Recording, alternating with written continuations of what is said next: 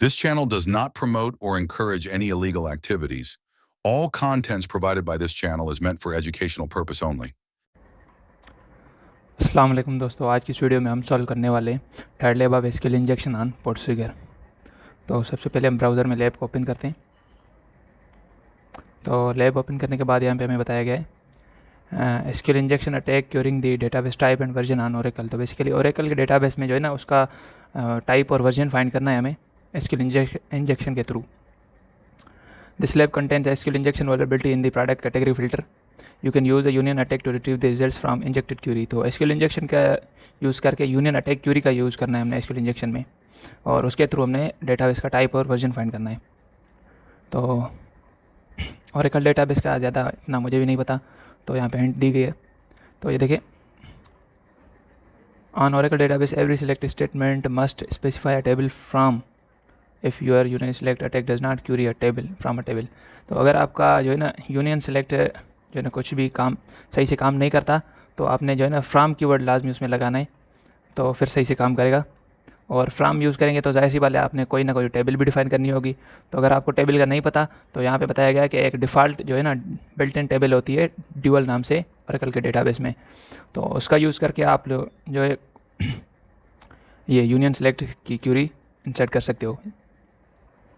तो यहाँ पे एक चीट शीट भी दी गई है, तो मैं इसको न्यू टैब में ओपन कर लेता हूँ और लैब को भी ओपन करते हैं, हम एक्सेस करते हैं।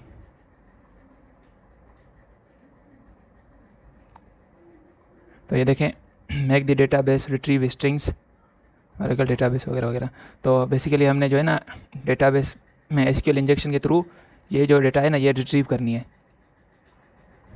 तो जब आप लाइव वेबसाइट पे जाएंगे तो वहाँ पे तो आपको नहीं बताया जाएगा इस तरह से, लेकिन चूँकि ये लैब है तो इसमें बताया गया है, आपको स्टेप बाय स्टेप गाइड दी गई है कि किस तरह से आपने करना है और क्या क्या आपने रिट्रीव करना है।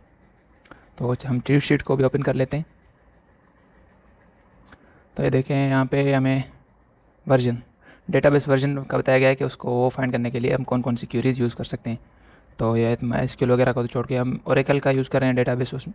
तो ओरेकल के डेटाबेस में हमें वर्जन फाइंड करने के लिए दो क्यूरीज दी गई है, एक है सिलेक्ट बैनर फ्रॉम वर्जन और दूसरी है सिलेक्ट वर्जन फ्रॉम इंस्टेंस। तो हम पहले फर्स्ट वाली यूज़ करते हैं, अगर वो काम नहीं करती तो फिर दूसरी यूज़ करेंगे। तो इसको मैं कॉपी करता हूँ और यहाँ पे आकर के पेस्ट करता हूँ, ठीक है। अब हम चलते हैं यहाँ पे, नेविगेट करते हैं किसी भी यूआरएल पे। तो यहाँ पे तो फर्स्ट रूल होता है एसक्यूएल इंजेक्शन का, आगे हमने कोटेशन मार्क दे के एरर को चेक करना होता है। तो ये देखिए एरर आ गया, उसको एरर को सॉल्व भी, उसके बाद हम एरर को सॉल्व करते हैं कमेंट आउट करके। तो ये देखिए एरर सॉल्व हो गया। अब हमने यहाँ पे इसके बीच में क्यूरी लिखनी है। तो हमने कौन सी क्यूरी यूज़ करनी थी, यूनियन सेलेक्ट की, यूनियन सेलेक्ट। तो अब बेसिकली यूनियन सेलेक्ट का एक रूल होता है कि जितने कॉलम्स पहले रिट्रीव हो रहे हैं ना, जितने कॉलम्स की डेटा पहले रिट्रीव हो रही है, तो हमने उतने ही कॉलम्स यूज़ करने हैं। तो उसका मतलब कि हमें कैसे पता चलेगा कि पहले कितने कॉलम्स यूज़ हो रहे हैं। तो हमने कॉलम्स का सबसे पहले तो कॉलम्स का नंबर फाइंड करना है कि पहले कितने कॉलम्स यूज़ हो रहे हैं। तो उसके लिए हमने सबसे पहले हम ऐसे करते हैं कि क्यूरी बनाते हैं, सॉरी, और उसके बाद बताया गया था कि हमें कौन सी टेबल बताई गई थी, default built in table, sorry यहाँ पे ड्यूअल। तो हम ड्यूअल का यूज़ करते हैं, union select A from dual. तो अगर यहाँ पे एक कॉलम होगा तो ये कोई भी एरर नहीं होगा, नहीं आएगा हमें, और बल्कि सही से क्यूरी रन हो जाएगी। लेकिन अगर एक से ज़्यादा कॉलम्स होंगे तो हमें यहाँ पे एरर आएगा। तो चेक करते हैं। तो ये देखिए एरर आ गया, इंटरनल सर्वर एरर, ठीक है। इसको स्पेस देके चेक कीजिए, नहीं ये थी। तो अब हम क्या करेंगे कि यहाँ पे हमने एक ट्राई किया, एक तो नहीं है कॉलम, तो नंबर ऑफ़ कॉलम्स इंक्रीज़ करते जाएंगे स्टेप बाय स्टेप। तो दो ट्राई करते हैं। तो ये ए और बी में कोई भी जो है ना स्ट्रिंग लिख रहा हूँ बेसिकली, तो इसका कोई फ़र्क नहीं पड़ता कि आप ए लिखते हैं या बी लिखते हैं, इससे कोई ख़ास फ़र्क नहीं पड़ता। तो चलो हम इसका नंबर ऑफ़ कॉलम्स इंक्रीज़ करते हैं।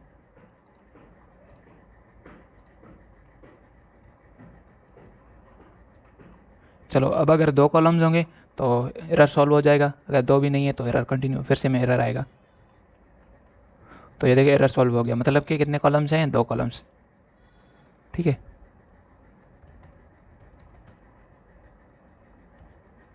कॉलम्स कितने, दो।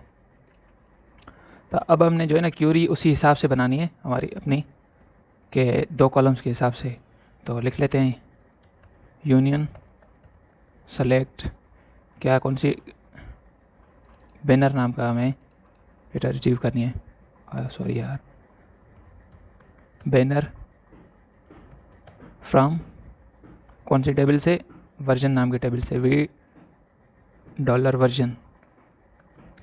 ठीक है, तो सबसे पहले हम ये चेक करते हैं, अगर ये काम नहीं करता तो उसके बाद फिर हमें दूसरी क्यूरी भी बताई गई थी यहाँ पे चीट शीट में, तो फिर वो ट्राई करेंगे।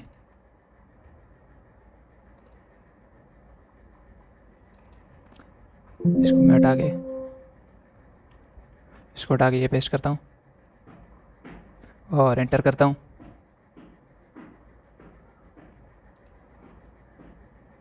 तो ये देखिए यहाँ पे एरर आ गया। क्यों एरर आ गया? बेसिकली एरर ये आ गया कि यहाँ पे अगर आप लोग देखें तो हम कितने कॉलम्स रिट्रीव कर रहे हैं, 1 कॉलम, और बैकएंड में कितने कॉलम्स यूज़ हो रहे थे, हमने कितने फाइंड किए थे, 2 कॉलम्स। तो अब हम थोड़े से इसको चेंज करते हैं 2 कॉलम्स के हिसाब से। ठीक है, तो 1 कॉलम और भी लगा लेते हैं, इसमें ऐड करते हैं। तो या तो नल यूज़ कर लें या फिर हम ए रिट्रीव करते हैं और कामा देके दूसरा column banner, union select A comma banner from version. ठीक है, अब इसको कॉपी करके वहाँ पे पेस्ट करते हैं, फिर देखते हैं कि क्या एरर सॉल्व होता है कि नहीं। पेस्ट एंटर करते हैं, तो ये देखें एरर सॉल्व हो गया। Congratulations you solve the lab, मतलब कि आपने लैब सॉल्व कर दी। तो ये देखें यहाँ पे हमें डेटा भी रिट्रीव हो गई है, जो कि हमें पहले कहा गया था जिस डेटा को रिट्रीव करने के लिए। तो ओरेकल डेटाबेस और उसका वर्जन, लिनक्स वर्जन उसका, और बाकी जो भी थे ना उनके वर्जन्स और टाइप। तो आज की वीडियो में बस इतना ही, मिलते हैं अगली वीडियो में, तब तक के लिए अल्लाह हाफिज़।